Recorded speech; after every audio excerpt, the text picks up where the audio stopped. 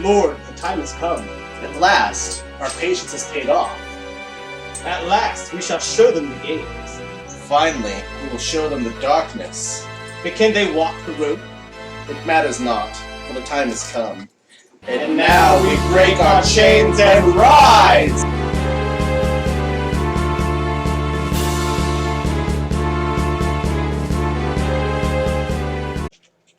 Hello, all you beautiful gamers out there. It is I, Totem Lord. And that's me, Jace of the Oubliette.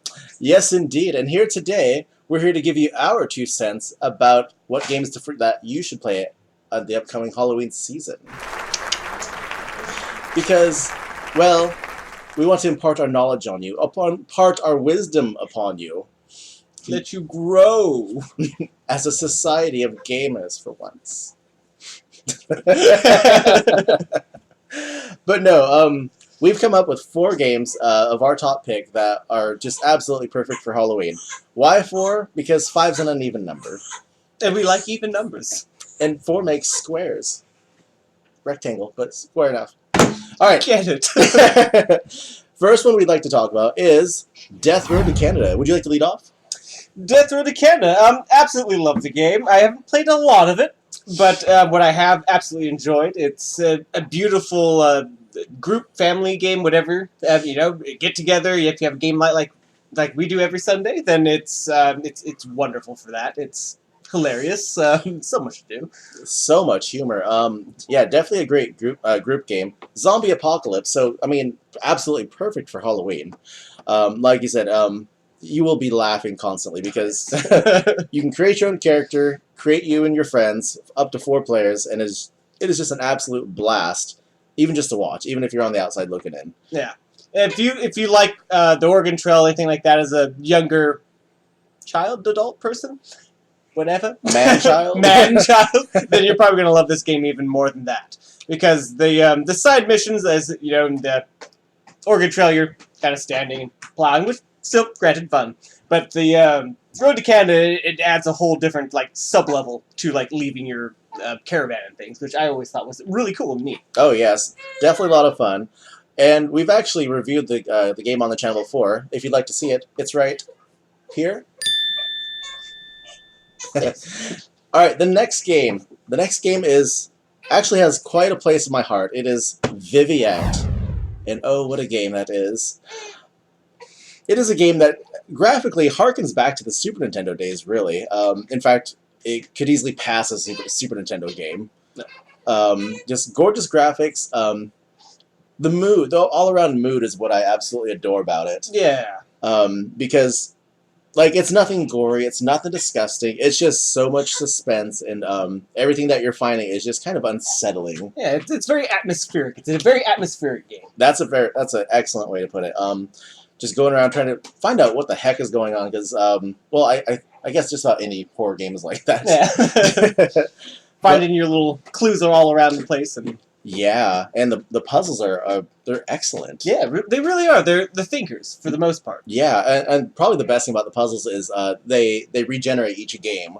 Yeah. So, if I go and play, and then the next time we start a new game, it's going to be different. You'll still understand the concept of the puzzle, but the answers will be different at least, so... Keeps it fresh. Most definitely. Vivian is another one that we've covered on the channel, and the link is right there. Haha. Friday the 13th. Would you like to lead off? I would love to lead off. Friday the 13th. Love it. We've played a good handful of hours, I'm sure. Oh yes. And it's something it's kind of not gotten the attention I feel it deserves. Agree. The communities, I think, had a lot to do with it. I've seen it myself, and just watching other people's reviews of it, and as well, it's very much one of those games that it kind of got punched out before it could really launch off. And it's really a shame because the game's amazing. You've got, 7 or 8 survivors to... 7 survivors and Jason, so 8 players total. Yeah, and there's just... many different ways to complete the game and accomplish your end goal of surviving and escaping. And, yeah, it's just... Yeah, it is so much fun because unlike other games, this is something that you just play for 20 minutes, and if you want, you can duck out. But it's so much fun to stay and play because it's 20 minutes, unless of course we all get murdered. I mean that's a possibility. But 20 minutes, and you can repair the car, you can drive off, you can call the cops, you can get the boat repaired, you can try and take out Jason, but well, good luck there. Yeah, we've tried and it does not work at all. Jason is just like super tough. Was it you and me that tried it? No, it was me and Shad, I think. And we just got slaughtered. It was it was a mess. Have fun trying, but don't do it with 2 people. You're gonna need a group. Need a group. Definitely. And all I'm gonna say about Jason is carry some fireworks. That's my personal advice. Well, just before we talk about the last one, I think we need some potion. Because that's what it does.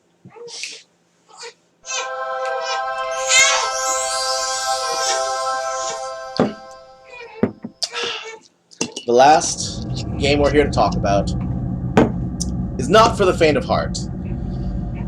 The game is called Outlast. Would you care to enlighten us, my lord? Well, it's a game I have played a good handful of hours in. I've not yet beaten it. My computer died before it allowed that to happen. Just to be able to say you beat that game. I'm right. But it's very interesting as far as the horror goes. I mean, you don't obviously can't defend yourself, so you have to always run, which I'm generally not a fan of that in a game, but within the way they did it, it's really good. It really adds that level of fear, and especially with like having to use your camera for everything. Very much a, I don't know, just really gets that heart rate going. Isn't the camera like your main tool? Like it's both a flashlight and you can record. Yeah, I think you have to. If I remember right, you're going with your battery lives and things like that, and you have to use it wisely. Otherwise, you're going to be in black. Oh yes, and the battery will go out quick, so you can't just constantly leave it on. And that really adds a good element of horror. Probably my favorite part, now that I think about it, was as you're playing, not only are you fear stricken, but your character, yes, he's like, you can literally hear him panting and like he's shaking the camera, and it does you no favors in the game. I was gonna say, if you're anything like me, that gets me acting. Going, oh god, okay, he's scared, I'm scared.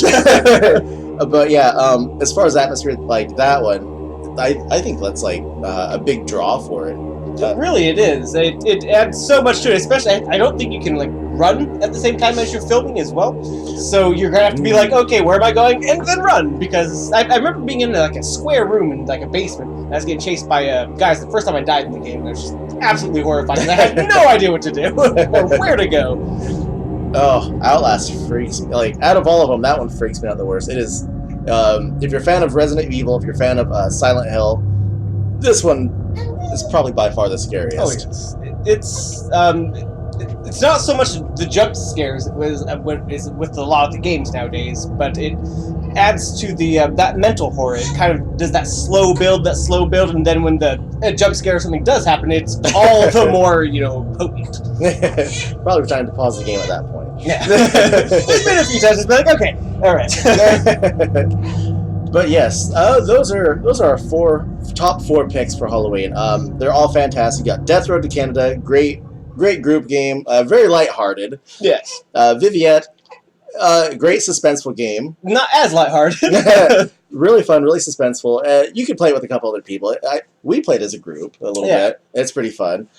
Friday the 13th, awesome. A lot better than what the gaming community is giving it credit for. Yes, definitely. It's a gem that needs to be surfaced. Yes, lots of fun, lots of variety, and you can play it in like small 20-minute chunks, which is really cool. Yeah, and you upgrade your characters. There's a whole system with that, which is I love that. Yes, and Outlast, if you really want the true horror of Halloween, go for Outlast. Nice. And also, in case if you're like really curious about it, Jace has some videos right about there. Ooh, spooky. Well, any final thoughts, my lord? Other than you guys really should at least try one of these games before Halloween or on Halloween. Outlast, do it. It's definitely worth it. And actually, it's another thing to note here is none of these games are particularly expensive. Really though, yeah. I think Atlas is what, around 30? Yeah, at 30 at best. And in fact, it might be 25 in the sequel. I think it's 30. No. And So- it's on all platforms pretty much. Yeah. So not even just Switch, but Outlast you can get probably just about anywhere. So yeah, I think Death Road is like 15. Vivian was 10. That's not bad. Yeah. Friday the 13th, I think, was 30. Yeah, it wasn't bad, but you do get what you pay for in that game. You really, if you enjoy that type of game. Yes, most definitely. And Outlast, oh, just do it. Just do it. There's just no other word can be said for that. That game, I was very skeptical when I first saw it. I was like, well, I'll buy it as, just something to try, and really got into it. So yes. Well, that's all we have for you today. Thank you for checking us out, and we will judge you next time. See ya.